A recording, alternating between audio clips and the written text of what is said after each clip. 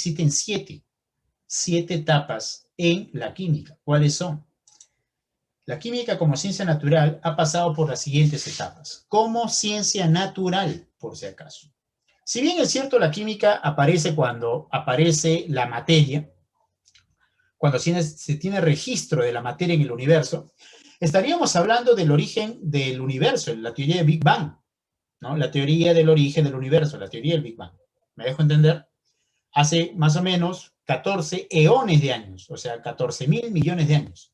Algunos, como hemos visto en este caso en el texto, estiman 13,5 a 13,7 eones de años. Aparece la materia en el universo y ya comienza la química, ¿no?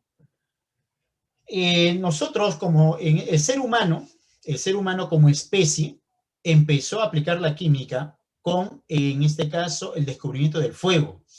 ¿Quién descubre el fuego? El Homo erectus. Ahí está, ¿ok? El Homo erectus. Eso es lo que tenemos que saber. Estaríamos hablando en este caso más o menos del hombre de Olduvai. No, el hombre de Olduvai más o menos unos 2,7 millones de años atrás, ¿no? Por si acaso. Entonces, ahí estaríamos hablando del descubrimiento de que el ser humano, perdón, estaría aplicando la química por primera vez.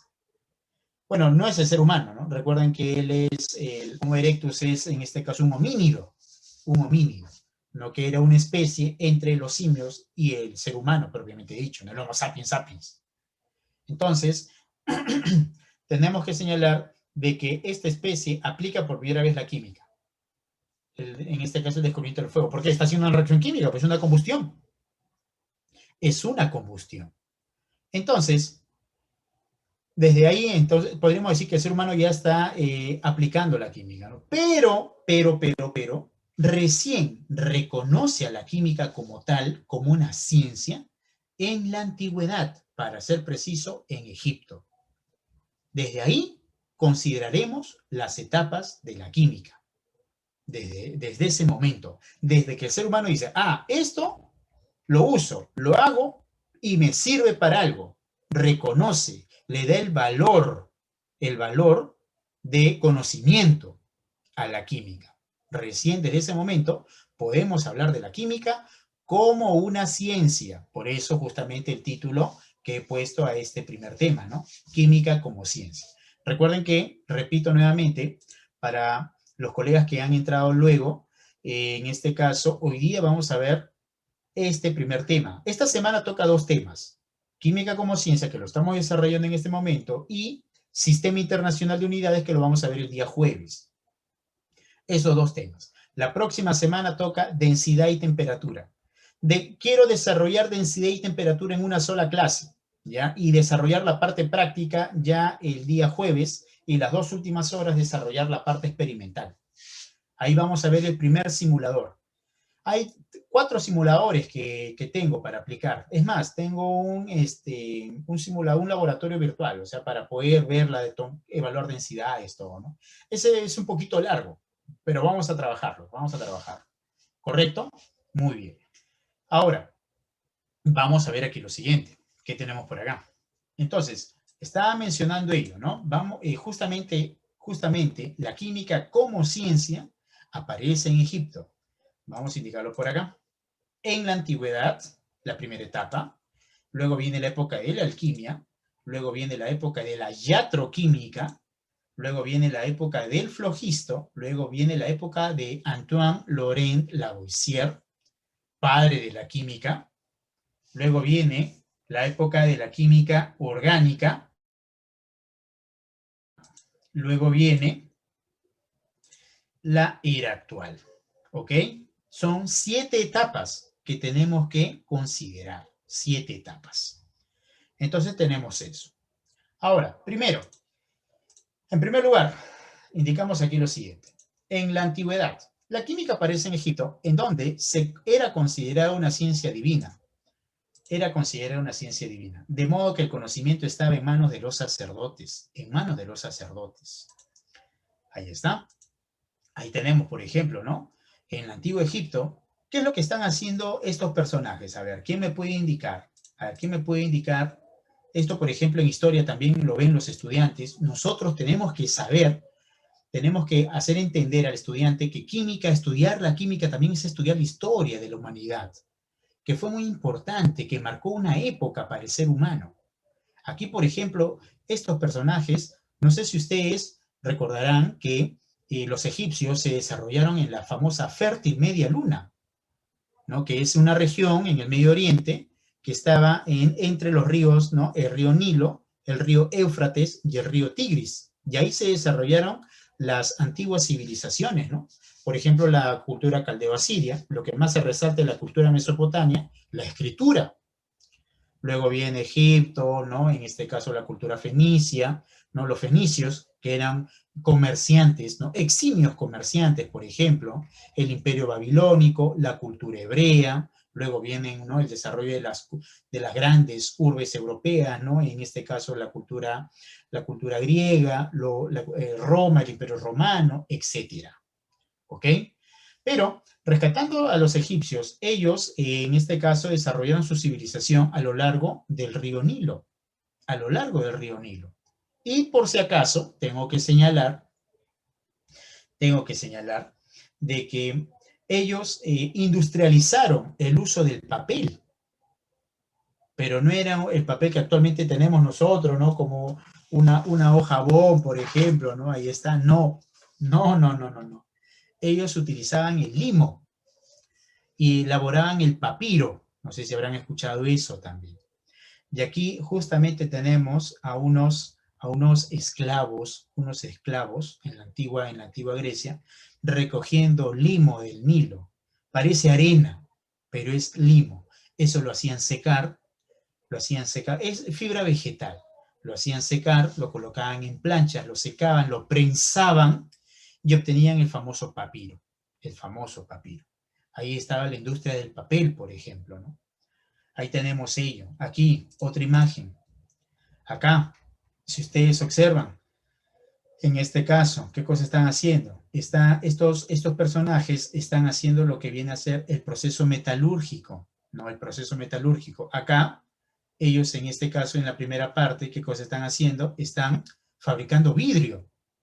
No parece, ¿no? Pero sí, acá tenemos, miren, voy a señalarlo. Aquí, miren. Voy a cerrar esto de acá. Aquí, ahí tenemos una bola de vidrio, de arena, y lo está en este caso moldeando para obtener el vidrio. Eso es uno. Luego, acá, ¿qué cosas están haciendo aquí? Aquí están fundiendo metales.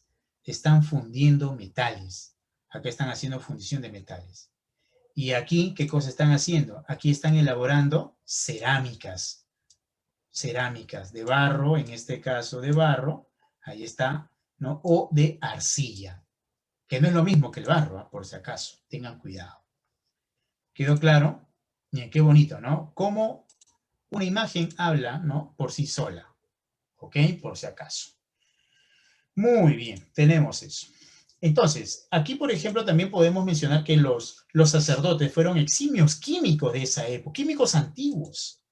Por ejemplo, mira, cuando embalsamaban a sus muertos, ¿no? Aquí en este caso, no sé si habrán visto esta película, La Momia, ¿no? Cómo explica cuando embalsamaban en este caso, a sus muertos, ¿no? Ahí está, ¿no? Le sacaban los órganos y luego, ¿qué le agregaban? Miren, luego, ¿qué le agregan? Le agregan en este caso cal, le agregaban cal, ahí lo que están agregando es cal, ahí está, ¿no? Le agregaban cal. Luego lo embalsamaban con yeso, ¿no? Agarraban, en este caso, la fibra vegetal, lo bañaban, lo untaban con yeso lo colocaban como, en este caso, parches, ¿no? Parches, podríamos decir, vendas, alrededor de su cuerpo, y ahí se embalsamaban las momias, ¿no? Ahí estaban usando cal, el óxido de calcio, el yeso, sulfato de calcio dihidratado. Ahí tenemos justamente eso, ¿ok? Por si acaso. Ahora, luego, podemos seguir indicando algo interesante, ¿no? Podemos seguir señalando lo siguiente. A ver, vamos a ver por acá. ¿Qué más tenemos por aquí? ¿No? Por ejemplo, ¿no? Ahí está, ¿no? Claro, aquí, la metalurgia. Cómo en este caso los antiguos egipcios preparaban ¿no? Fundían los metales, el oro, la plata, el cobre. No solamente esos elementos, también el cromo, el níquel, por ejemplo, ¿no? Ahí está. Es más, el acero ya se producía a nivel industrial y, por ejemplo, el acero no lo producían ellos. Había una zona, una región, pues también en el Medio Oriente, en Damasco, ellos les gustaba utilizar, conseguir, ¿no? El acero de Damasco, porque el acero de Damasco era más resistente. Y no es porque los pobladores, en este caso los metalurgistas en esta ciudad, en Damasco, eran pues buenos metalurgistas, no, sino porque en este caso, en Damasco, el yacimiento de donde extraían el hierro, había carbono y también una gran presencia de cromo y níquel que le daba propiedades de resistencia. Y resistencia básicamente la oxidación para, para el acero. Podríamos hablar del acero inoxidable entonces, bueno, por ejemplo. ¿Correcto? Ahí está. Muy bien, muy bien, muy bien. Tenemos eso. Perfecto. Ahora, ¿qué ocurre después? Ocurre después de que, en este caso, posteriormente la química se expande en Europa hasta llegar a España y las Islas Británicas. ¿Dónde tiene su apogeo? Su apogeo tiene en Grecia, con la aparición de los filósofos, los famosos filósofos, ¿ok? Ahí podemos citar en este caso, por ejemplo, el primer filósofo de la historia, Tales de Mileto, ahí está, Tales de Mileto. Acá tenemos a dos filósofos que marcaron época en la antigua Grecia, Platón y Aristóteles, ¿no? Una famosa imagen. Ahí lo tenemos, ¿no? Por si acaso. Ahora, los filósofos en la antigua Grecia se enfocaron básicamente en una pequeña pregunta. Dicen, en la antigua Grecia los filósofos trataron de responder la siguiente pregunta. En este caso, ¿qué es el arjé? ¿Qué es el arjé? La palabra arjé en la antigua Grecia significaba el origen de todo lo que existe. El origen de todo lo que existe. ¿Está bien? El origen de todo lo que existe. Y muchos personajes trataron de dar una respuesta. Muchos personajes trataron de dar una respuesta. Vamos a citar a los principales filósofos que dieron sus ideas. Aquí, por ejemplo, ¿no? Tales, el primer filósofo de la historia, ¿no? El primer filósofo considerado de él por la historia, dijo que era el agua. Anaxímenes, el aire. Heráclito, el fuego, al cual lo llamó logos, ¿no? El estudio cambiante, variante del fuego. Correcto. Pitágoras dijo el número. Anaximandro, el apeiron. Demócrito, el átomo. Parménides, el ser. Y Empédocles dijo, no, está en 4 elementos. ¿Cuáles son? Agua, aire, tierra y fuego. O sea, él acepta la idea de Tales, la idea de Anaxímenes y de Heráclito, pero le agrega la tierra. Y dijo que la combinación, no mezcla, la combinación 2 a 2 daba 4 estados. 4 estados. O sea, ella estaría hablando de lo que nosotros vemos ahora como una reacción química, ¿no? En este caso, si tú tienes, por ejemplo, fuego y tierra, eso te da seco. Tierra y agua, frío. Agua y aire, húmedo. Aire y fuego, caliente. Y por si acaso el caliente se opone al frío y el seco se opone al húmedo. Ahí está. 4 estados opuestos. Te voy a dar un dato adicional importante. Había también un quinto estado. Lo voy a colocar de esta manera. Había un quinto estado. ¿Cuál es? ¿Cuál es ese quinto estado? Lo voy a señalar, mira, después, en este caso, no digan que no les mencioné ese datito. Había un quinto estado. El famoso, lo voy a colocar aquí, el famoso éter.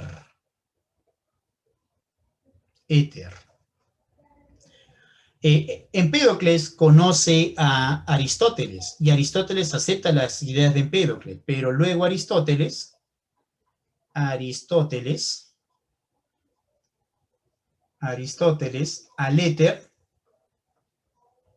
éter lo cambia por psique, del cual viene que significa alma, ¿no? Ahí está el famoso trinche. La letra griega psique. De ahí viene justamente la palabra psicología.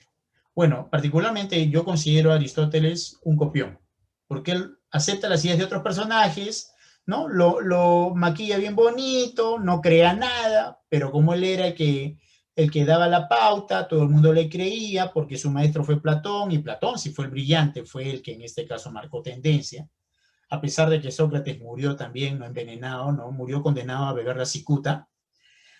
Aristóteles acepta esa idea, ¿no? Pero esa idea no era original de él. Y les voy a dar un dato. La palabra éter se usó hasta la época de Albert Einstein.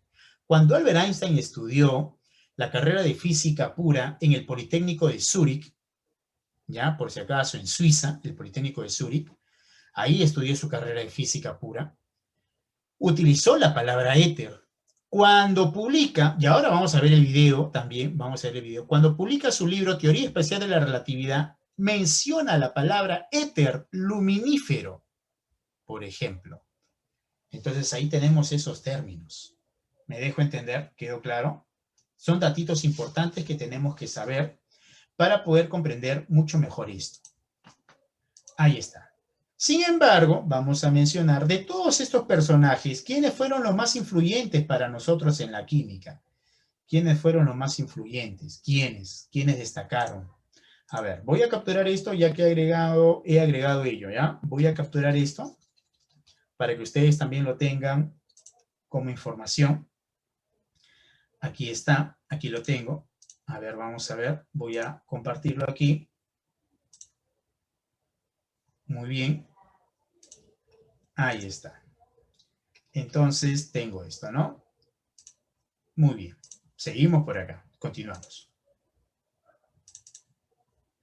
Entonces, aquí destacan, por ejemplo, aquí destacan Demócrito y Leucipo. Evidentemente destacan porque, ahí tenemos a Demócrito, tenemos en este caso Leucipo, destacan porque ellos fueron los que instituyen el estudio del átomo. Ellos fueron los que instituyen el estudio del átomo. ¿Ya? Por si acaso. ¿Correcto? Muy bien. Entonces, vamos a ver en este caso lo siguiente, ¿ya? Vamos a ver un pequeño video en donde, en este caso, vamos a ver cómo fue influyente esta época para nosotros. Vamos a ver. Les había indicado, y en este caso los colegas, que en las diapositivas vamos a ver también videos, vamos a ver videos muy interesantes, ¿no? Aquí lo tenemos, por ejemplo. Me indican, por favor, a través del chat si se escucha el audio, ¿ya? Por favor.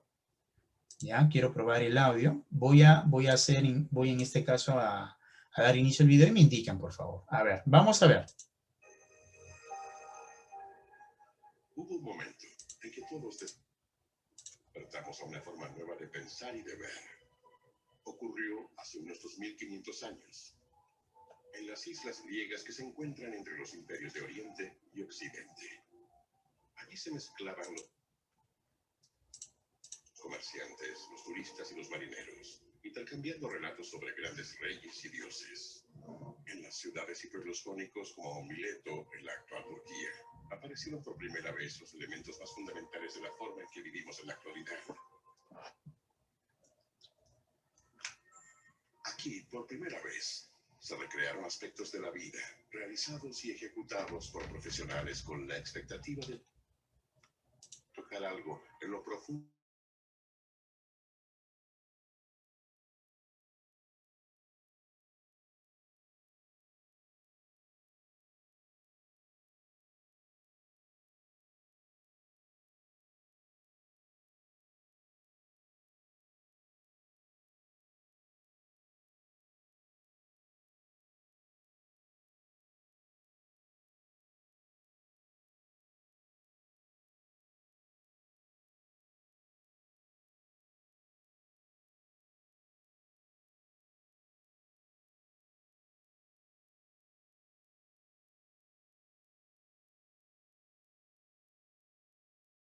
podían explicarse sin recurrir a lo supernatural. La primera persona que expresó este pensamiento fue un hombre llamado Tales. Cuando resonaba el trueno o la tierra temblaba, no era porque algo que uno había hecho había ofendido a los dioses exigentes. No, Era el resultado de procesos naturales que podían entenderse. Aunque no sobrevive ninguno de los libros que se dice escribió, Tales encendió una llama que aún sigue viva en la actualidad. La idea misma de que el cosmos surgió del caos, de un universo gobernado por el orden de las leyes naturales que de hecho podíamos descifrar. Esta es la aventura épica que inició en la mente de Tales. Apenas un siglo después de la muerte de Tales, llegó otro genio. Y él, más que ningún otro, fue el primero en descubrir la existencia de los universos ocultos que nos rodean. Demócrito de Abdera fue un científico verdadero, un hombre con un deseo apasionado por conocer el cosmos y divertirse. Este es el hombre quien una vez dijo, una vida sin fiestas sería como un camino interminable sin posadas. ¿Te refieres a que eso es todo? ¿Es todo lo que hay? ¿Tan solo un montón de átomos en el vacío? ¿Sí? Bueno, piénsalo. El mundo debe estar hecho de incontables partículas indivisibles en un vacío. De otra forma, nada podría moverse, o crecer, dividirse o cambiar. Sin átomos y un espacio vacío para que se muevan, el mundo sería sólido, estático, muerto. No estés triste, mi amigo. Solo piensa en las posibilidades infinitas que surgen de las diferentes disposiciones de esos átomos. Brindemos por los átomos de esta copa y de este vino, y por la risa que vuelven posible. Disperso. Muy bien, muy bien, muy bien. Claro, este video, por ejemplo, lo he sacado, voy a retroceder, sí, voy a retroceder. Este video lo he sacado de, bueno, es un corto, ¿no? Un corto de una serie que está, lo pueden ver ustedes en Nat Geo, ¿no? Que es la serie Cosmos. Esta es la primera temporada, ¿ya? Por si acaso. Se ha editado de tal manera, pues, de que pueda estar en este caso en la diapositiva, ¿no? Para que los chicos también sepan, ¿no? Sepan que es un recurso más y que también profundicen y recalquen lo que se ha visto, ¿no? Hay un video más que se ha colocado al final, ¿ya? Al final, justamente donde vamos a hablar de la era actual de la química, ¿ya? La era actual de la química. Vamos a ver, vamos a continuar. Seguimos por aquí, seguimos por aquí, seguimos por aquí. Seguimos con el desarrollo histórico, ¿Qué sucede luego? Sucede, pues, en este caso de que la química se sigue expandiendo. Dice, época de la alquimia. La química se sigue expandiendo hasta llegar al Medio Oriente. Para ser preciso, llega a la región de Arabia. Ahí, en este caso, los árabes le dan el nombre de Quemeya, que luego lo cambian por alquimia, de donde proviene el nombre de esta etapa. En esta etapa, los alquimistas se enfocaron en la búsqueda de dos cosas. La riqueza, no es la piedra filosofal, sino la riqueza. Y la riqueza estaba representada por la famosa piedra filosofal, la búsqueda de la piedra filosofal. La piedra filosofal hasta el día de hoy se sigue buscando, ¿no? Es más, científicos notables buscaron la piedra filosofal. Uno de ellos, por ejemplo, fue Isaac Newton. Newton fue alquimista, por si acaso. Pero ya la alquimia había pasado de moda, ¿no? Pero él se enfrascó en el estudio, en la búsqueda de la piedra filosofal. En este caso, Isaac Newton también estudió la Biblia, tratando de buscar algún mensaje secreto en los escritos del Antiguo Testamento, del Nuevo Testamento, tratando de predecir la llegada del segundo advenimiento, por ejemplo, ¿no? Datitos importantes que a veces nosotros no sabemos, ¿no? Por ejemplo, ¿no?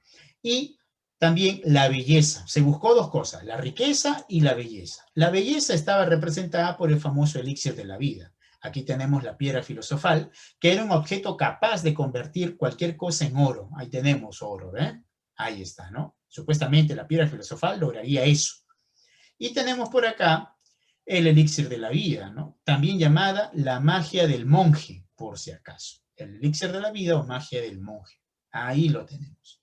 Entonces, justamente en esta época, lo que tuvo bastante influencia, o mejor dicho, bastante, podríamos decir, importancia, preponderancia, fue la metalurgia. ¿Por qué? Porque si querías obtener la piedra filosofal y convertir los objetos en oro, básicamente lo que podía convertirse en oro era un metal. Entonces estudiaban bastante la metalurgia. Y eso lo podemos ver, por ejemplo, en esta imagen, ¿no? Aquí, ¿no? Ahí está, ¿no? La época de la alquimia, ¿no? Los alquimistas tratando de obtener la famosa piedra filosofal, dejando a un lado, por ejemplo, acá estas dos personas, estos dos hombres, dejando de lado, pues, ¿no? Sus quehaceres, sus responsabilidades como marido, por ejemplo, ¿no? Ahí lo tenemos. Ahí está, ¿no? Es una imagen muy, en este caso, influyente, ¿no? Y acá, por ejemplo, ¿no? Esta imagen la hemos visto un montón de veces, ¿no? Aquí, ¿no? Las personas tratando, ¿no? Buscando, indagando, en este caso, tratando de obtener la famosa piedra filosofal. Acá lo que tenemos, en este caso, es una destilación. Y acá tenemos el famoso alambique, que fue muy usado en toda Europa. Atrás también, ¿no? Tenemos muchos alambiques. El alambique fue la herramienta por excelencia del alquimista. Eso, y es más, no solamente se usó en lo que era química, también se usó en algunas industrias como, por ejemplo, la perfumería, ¿no? Obtener perfumes mediante destilación, por ejemplo. Ahí, en este caso, la alquimia tuvo mucha influencia. Ahora, lamentablemente, la época de la alquimia, se podría decir, fue una época de doble filo. ¿Por qué? Porque la química tuvo bastante auge, pero a la vez fue mal vista por la sociedad en general. Se pensaba que el alquimista, se le confundía al alquimista como un mago, un hechicero, un practicante del ocultismo en Europa. Se le consideró de esa manera. Y bueno, eso no fue bueno para la química. Lamentablemente fue algo pues que no ayudó. Ahora estamos aquí terminando estamos entrando en la Edad Media. Estamos entrando en la Edad Media y antes de finalizar la Edad Media, en este caso, ocurre algo en Europa. Recuerden que en los últimos 200, 300 años de la Edad Media en Europa, tenemos que señalar pues de que aparecen las grandes enfermedades, las grandes pestes, estas enfermedades mortales. Hay que tener en cuenta eso, ¿no? Por ejemplo, ¿no? Las enfermedades que fueron pues fatales, como lo que está ocurriendo actualmente ahora en nuestro planeta, ¿no? En nuestra sociedad actual, ¿no? Con esto del COVID y todo ello, ¿no? Pero esto el ser humano ya lo pasó, ya lo vivió muchas veces. Entonces, indicamos por aquí lo siguiente. Pasamos a la siguiente etapa. La época de la iatroquímica. En esta etapa, la química se convierte en una rama auxiliar de la medicina. Ya que en Europa aparecen nuevas enfermedades, ¿no? Las famosas pestes. Bueno, como la medicina tuvo mayor influencia, se pensaba que el ser humano estaba conformado por 3 elementos. El primer elemento es sal, que representaba lo orgánico, ¿no? Sal representa lo orgánico, mercurio representa lo metálico y azufre, que representa lo no metálico. Les voy a dar un dato adicional, ¿ya? Un datito adicional, siempre brindando datos. Se pensaba que las enfermedades, lo voy a indicar por acá, ahí está, se pensaba que una enfermedad era debido al exceso o defecto de alguno de estos 3 elementos. Ahí está. Defecto o exceso de alguno de estos 3 elementos. Por ejemplo, les voy a dar un dato. La diarrea, que es defecto de sal. Por ejemplo, la melancolía. La melancolía era defecto de azufre. Y una enfermedad, por ejemplo, una enfermedad venérea, en este caso la sífilis, era defecto de mercurio. Ahí está, ¿sabían ello? Por ejemplo, y mucha gente murió debido a esta idea. Bueno, por ejemplo, lo primero sí, hasta el día de hoy se mantiene, ¿no? Ustedes saben que cuando uno tiene diarrea, toma el suero casero para generar nuevamente el balance y un equilibrio entre los iones que tenemos en nuestro cuerpo, ¿no? Pero la melancolía no, defecto azufre, ¿qué? O sea, para que te cures te dan azufre, pero esto era fatal, pues te mataba. El azufre es venenoso para el ser humano, por ejemplo, ¿no? Y la sífilis, ¿qué defecto del mercurio? Peor, esto era peor. El mercurio produce cáncer. Actualmente se sabe esto, ¿no? Produce cáncer, ¿no? Produce cáncer, produce demencia, por ejemplo, ¿no? Entonces, eso hay que tener cuidado. Pero eso se pensaba en esa época, en la época de la iatroquímica, ¿correcto? Voy a capturar esto porque esto es importante, ¿no? Un datito adicional, siempre es bueno que ustedes les mencionen a sus estudiantes, ¿no? Ahí está. Entonces, vamos a enviarlo por acá. Enviamos aquí. Ahí está. Ahí está. Tengo eso. Muy bien. Ya está, ya está, ya está. Muy bien. Ahora, en esta etapa, muy bien, Lucía, gracias. Claro, son datitos importantes. Ahora, en esta etapa, por ejemplo, les comento, destaca un médico, ¿no? Médico, astrólogo y iatroquimista suizo, ¿no? Su nombre, inmenso, ¿no? Theophrastus Philippus Aureolus Bombastum von Hohenheim. Algunos también lo llaman, ¿no? Felipe Aureolo Theophrastus Bombastum von Hohenheim. Para no pronunciar todo ello, simplemente él se hizo llamar Paracelso. Mató a muchas personas. Él, por ejemplo, se iba a las prisiones, allá a las prisiones en Europa, y a los condenados a muerte, los que ya estaban sentenciados, ¿no? A cadena perpetua, ¿qué hacía? Simplemente los llevaba pues a su laboratorio, lo abrían, no estando vivo, la persona estaba condenada a muerte, lo abrían y examinaban el cuerpo humano, por ejemplo, ¿no? Cometió atrocidades, pero dio muchos aportes. Él es el padre, te voy a dar un dato, mira, este dato sí, no le vayas a decir a nadie, por favor. Mira, un dato importante. Este personaje, voy a señalarlo por acá, ahí está, él es el padre, indicamos aquí, él es el padre de la toxicología. La toxicología actualmente es una ciencia ya. Ahí está. Él tiene una frase, todo es veneno. Todo es veneno. En otras palabras, todo en exceso hace daño, ¿no? Todo en exceso hace daño. Ahí está. Él es el padre de la toxicología. ¿Me dejo entender? Muy importante. Entonces, ya como vamos a agregar estos datitos importantes, ya que tenemos justamente a Paracelso, ahí está. Muy bien, correcto. Esta imagen es clásica, ¿no? Esta imagen es clásica. Vamos a compartirlo también nuevamente. Ahí está.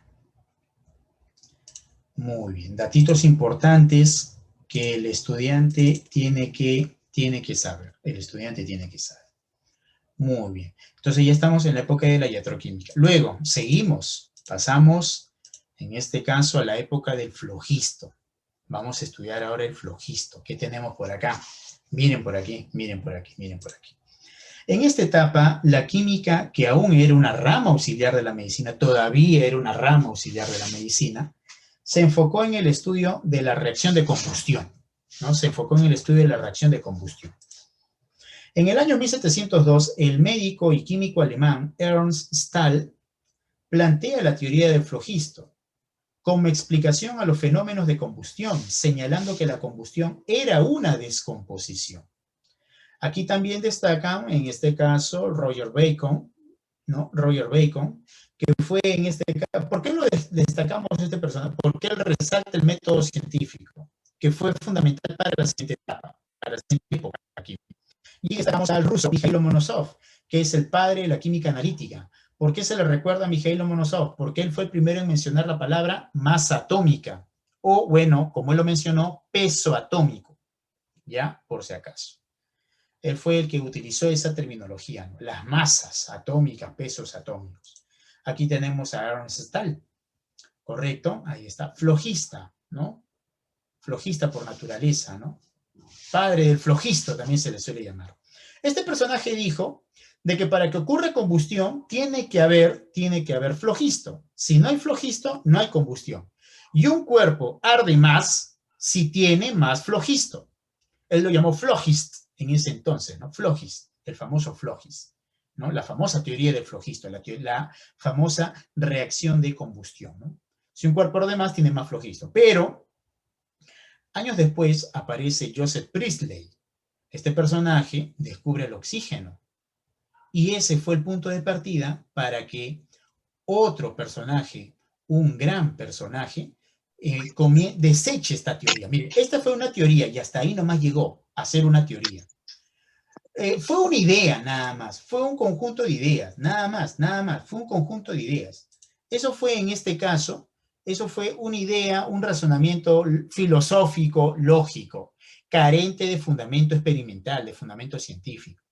Entonces, esta teoría después va a ser desechada, ¿no?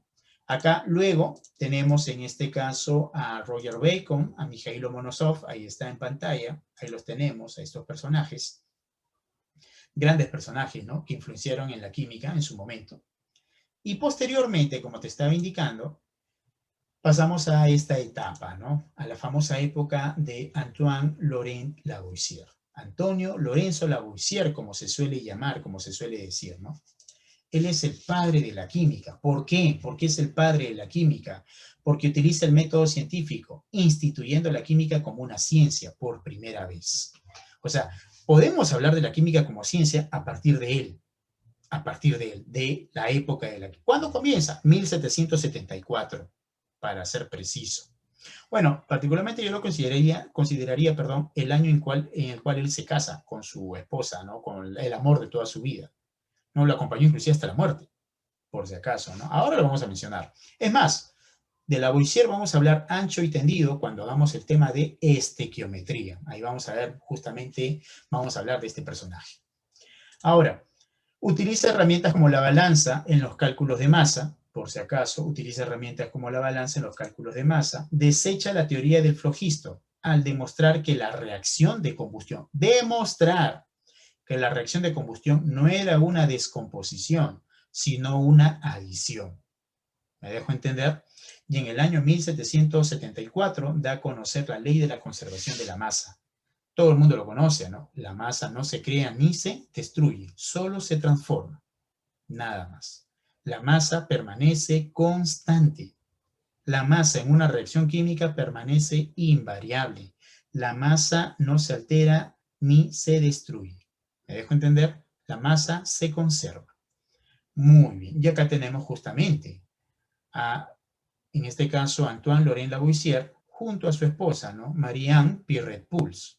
Se le considera a esta mujer la madre de la química. Yo he visto, he observado, y hasta el día de hoy yo sigo mencionando a mis estudiantes esto. No existe química moderna, no. Y solo hay un padre de la química, que es Lavoisier. Por lo tanto, no sería correcto decir química moderna. No.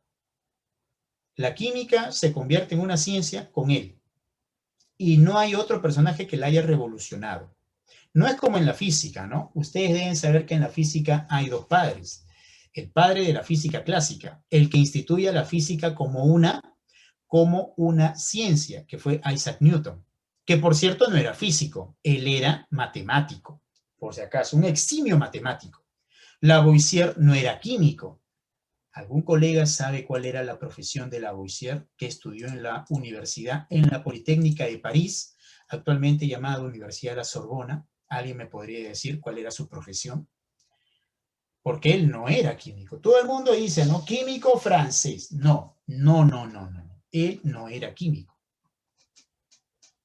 Este personaje, por si acaso, te voy a dar un dato. Mira, qué irónica es la ciencia, qué irónica es la historia de la humanidad, ¿no? Como dijo alguna vez Albert Einstein, lo vamos a ver en el video para finalizar la clase el día de hoy, la historia está llena de malos chistes. Entonces, Lavoisier era abogado. Lavoisier era abogado. Él era abogado. Me dejo entender por si acaso. Él estudió Derecho y Economía en la Politécnica de París, actualmente llamada Universidad de la Sorbona. Después se llamó Universidad de la Sorbona. ¿Ok? Por si acaso. Siempre cuando den los datos, de datos históricos, siempre den los datos en el momento que ocurrió. Por ejemplo, yo no puedo decir que Lavoisier estudió en la Universidad de la Sorbona, porque cuando él estudió, esa institución no se llamaba universidad, era Politécnica de París. Es igual, te mencioné, ¿no? Albert Einstein no estudió en la Universidad de Zúrich, ahora se llama Universidad de Zúrich, estudió en el Politécnico de Zúrich, así se le llamaba en ese entonces. Después se le dio la denominación de universidad. Hay que tener cuidado, ¿ya? Por si acaso. Mucho cuidado en esa parte, por si acaso, muy importante. Él era abogado y contador. Este personaje lo vamos a mencionar también a Lavoisier, lo vamos a mencionar al inicio de la clase que viene, el día jueves, en Sistema Internacional, porque él fue el que crea el sistema métrico decimal. Vamos a hablar del Sistema Internacional de Unidades y vamos a practicar bastante, ¿ok? Por si acaso. De ahí vamos a trabajar bastante con la pizarra gráfica, ¿ya? Con la pizarra gráfica. Ahí vamos a mencionarlo nuevamente, ¿no? Él formó parte de la Ferme Generale en Francia, en la monarquía francesa. Y eso fue su sentencia de muerte. Porque había un personaje, un filósofo llamado Marat, que quería pertenecer en este caso a la Academia de Ciencias de París, ¿no? A esta institución, donde el director era Lavoisier, pero Lavoisier no lo aceptó por su bajo conocimiento, ¿no? Y su, podríamos decir, pobre criterio que tenía Marat. No era un científico realmente, no era un aficionado nada más, ¿no? Lavoisier era un aficionado, pero era muy brillante, era un sabio.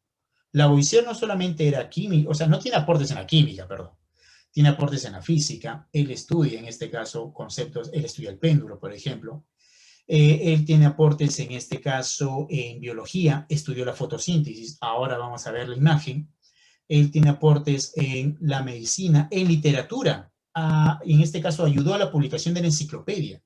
Entonces Lavoisier era un sabio muy brillante, me dejo entender por si acaso. Y bueno, Marat le tenía envidia. Entonces, como Marat fue rechazado y él pertenecía al Populorum de Francia, Marat, cuando ocurre la Revolución Francesa, fue se puede decir el trampolín para que Marat se vuelva una persona importante en la revolución. Y cuando llega la época del terror y llega Robespierre al poder, Marat fue el que acusa a Lavoisier frente al Tribunal de Justicia de Francia. Lo acusa. Y el Tribunal de Justicia, mejor dicho, Robespierre, porque fue escogido a dedo por Robespierre, el Tribunal de Justicia de Francia, en este caso, condena a Lavoisier a la guillotina. Él muere decapitado a la edad de 50 años. ¿Ok? A la edad de 50 años. Muere decapitado.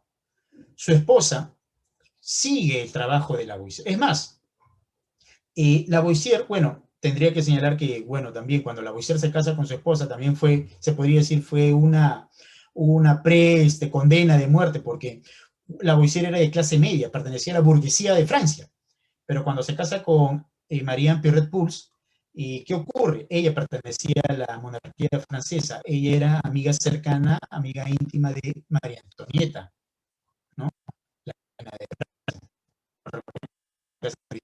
Le propone que sea parte de la Ferme Generale. Actualmente aquí en el Perú, bueno, aquí en el Perú llamaríamos SUNAT, que es la que cobra impuestos, tributos al pueblo. ¿Me dejo entender? Entonces, se podría decir pues que, bueno, pues, fue parte de las circunstancias también. En esa condena, muchos personajes evitaron de que Lavoisier, apelaron para que Lavoisier no muera en la guillotina. Ahí es donde Robespierre menciona esta famosa frase, ¿no? Francia no requiere de sabios. Y bueno, Lavoisier muere decapitado, ¿no? Lavoisier no llegó a escribir ningún libro que consolide todo su conocimiento. Él escribe tratados. Por ejemplo, la ley de la conservación de la masa, en algún libro tú verás que dice 1777. No. He puesto 1774 porque fue el primer momento en donde Lavoisier demuestra la ley, utilizando una olla de cobre, esa olla de cobre, lo tapa, mide la masa de todo el sistema, genera un sistema, en este caso un sistema cerrado, donde no puede ingresar ni salir masa, y lo somete a un aumento de la temperatura, una oxidación. El estaño capta oxígeno que quedó atrapado en la olla y combustiona, reacciona. Lo saca, lo retira del horno, ¿qué hace? Lo coloca en este caso en la balanza de precisión, y la masa era la misma, la masa era constante. La masa permaneció constante. Lavoisier prueba por más de 50 maneras, 50 procesos diferentes, lo mismo. La masa no se crea ni se destruye, permanece constante. ¿Me dejo entender? Y llega a que la teoría, que en 1774, bueno, pues empezó una teoría, se convierte en una ley, porque siempre se cumplía. Y ahí es donde justamente la teoría se convierte en ley. ¿Por qué? Porque la experimentación diversa y las veces que sea necesario, consolidaron ese concepto y lo convirtieron en una ley. Y él lo publica en un tratado, ¿no? En este Tratie Chimie, ¿no? O Chimie Tratie, ¿no? Tratado de Química, en el año 1777, donde habla de la ley ya postula, da a conocer la ley de la conservación de la masa. Me dejo entender, por si acaso. Pero era simplemente un tratado, es como un folletito, es como un librito nada más. No estaba todo su conocimiento. Entonces, justamente, Marianne Pierret-Puls, ¿no? Marianne, o Ana María, algunos suelen decir en castellano, entonces ella logra escribir ese tratado de química de manera global, ¿no? De manera global. Y ahí es justamente, ¿no? Consolida, Tratie Chimie. Y ahí, en este caso, publica todos sus conocimientos. Con esa publicación, recién se empezó a dictar química como una carrera en las universidades. Gracias a ese trabajo. También, aparte, rescatar los trabajos que otros personajes adicionalmente también ayudaron. Ahora vamos a mencionar justamente a otro personaje, y cuando hagamos teoría atómica hablaremos de ese personaje que dieron sus aportes para consolidar a la química como una ciencia. Considerar a la química como una ciencia. ¿Ok? Por si acaso. Muy bien. Entonces, ahí tenemos justamente bastante información de este personaje, ¿no? Hablar de Lavoisier es hablar prácticamente todo el día, ¿no?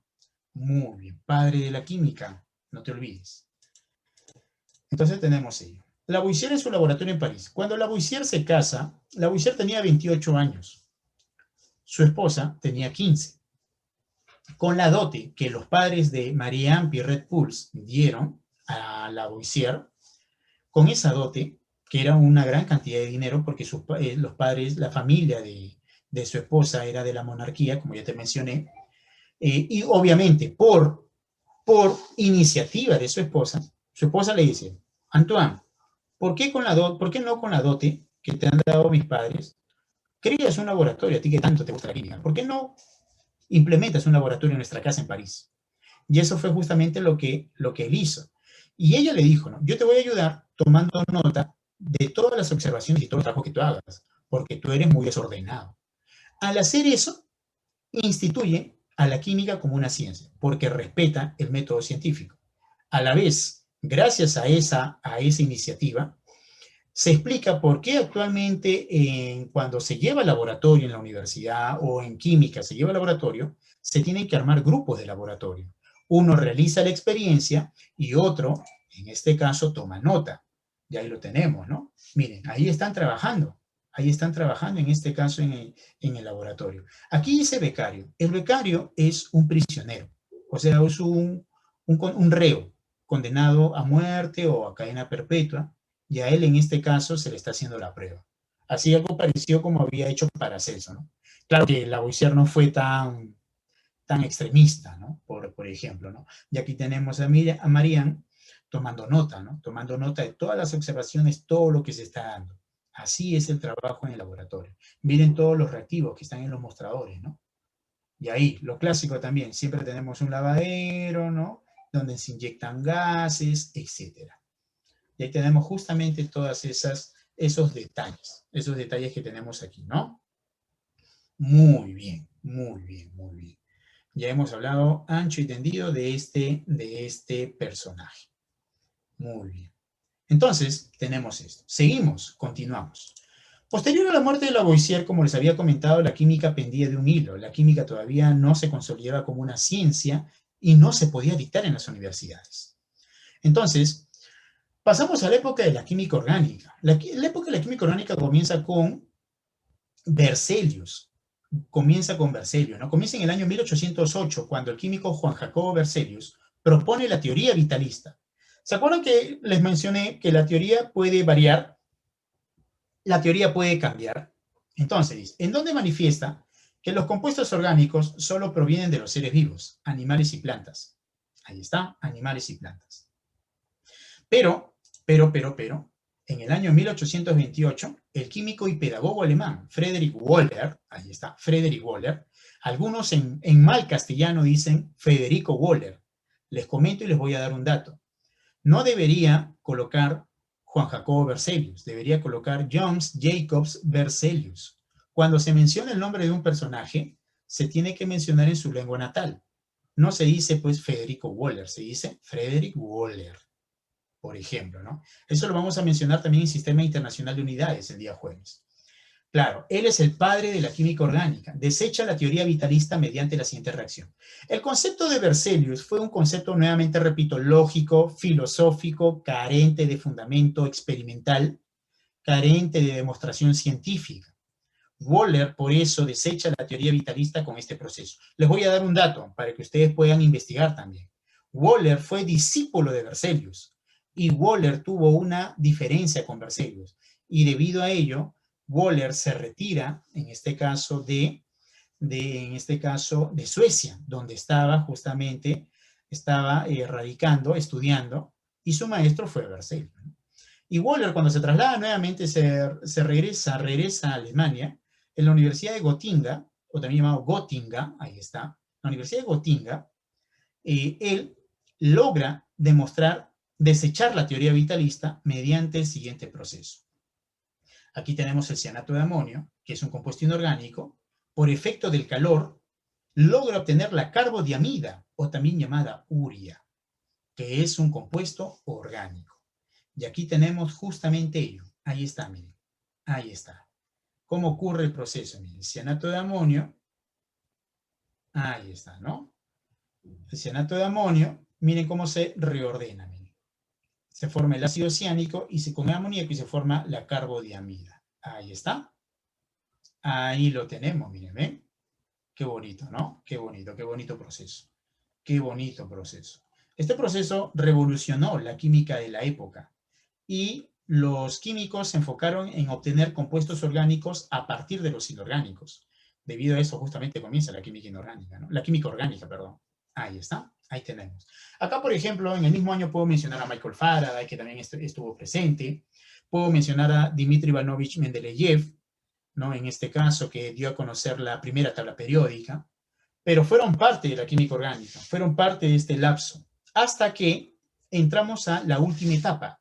La última etapa. Indicamos por aquí lo siguiente, ¿no?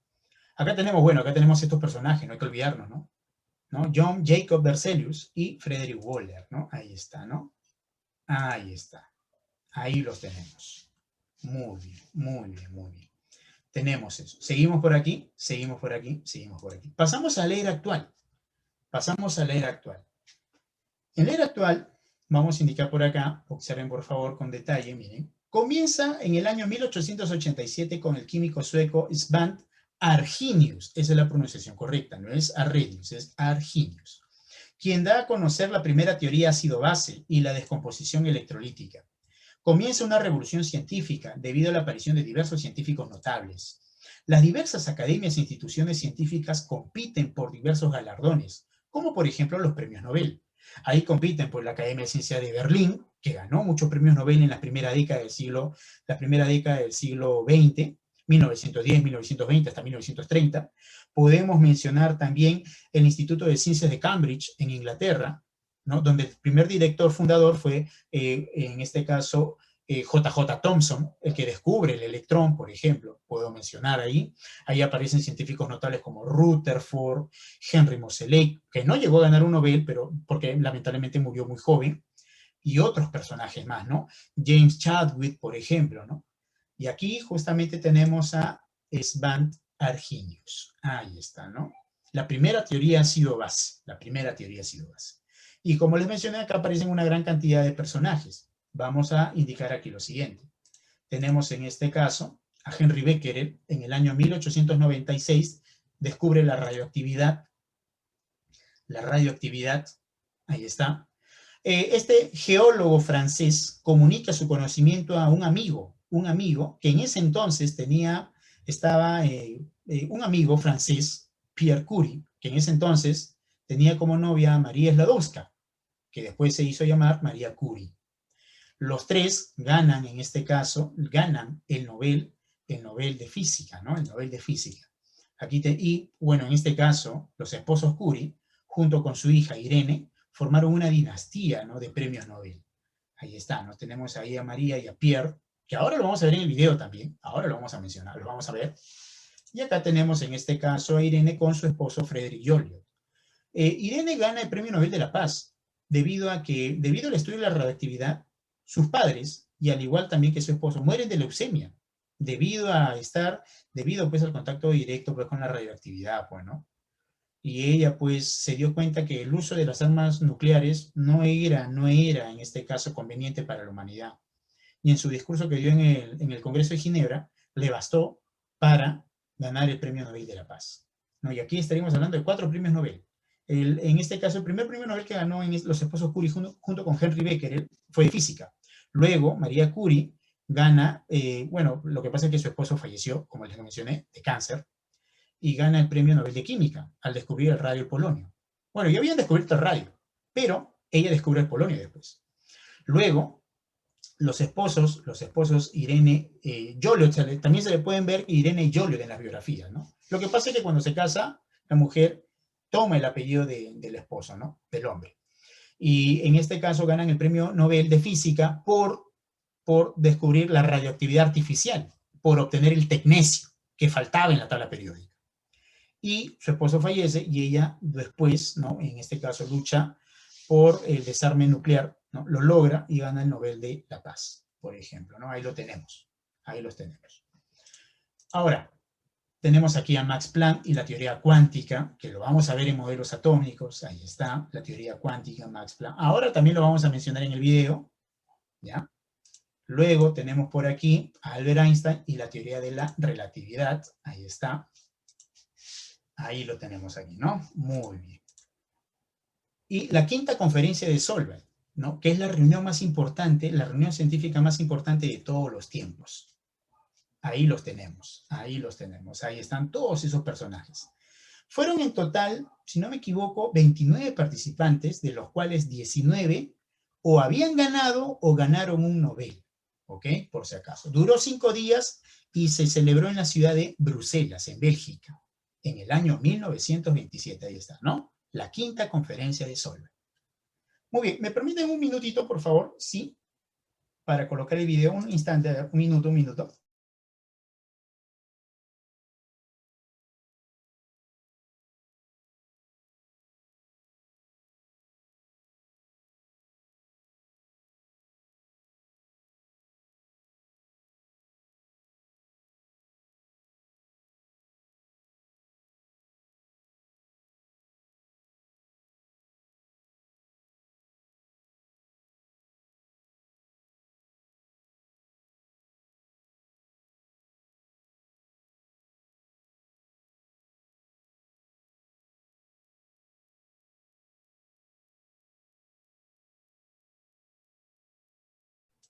Muy bien. A ver, disculpen, ¿ya? A ver, acá, a ver, vamos a ver qué tenemos aquí.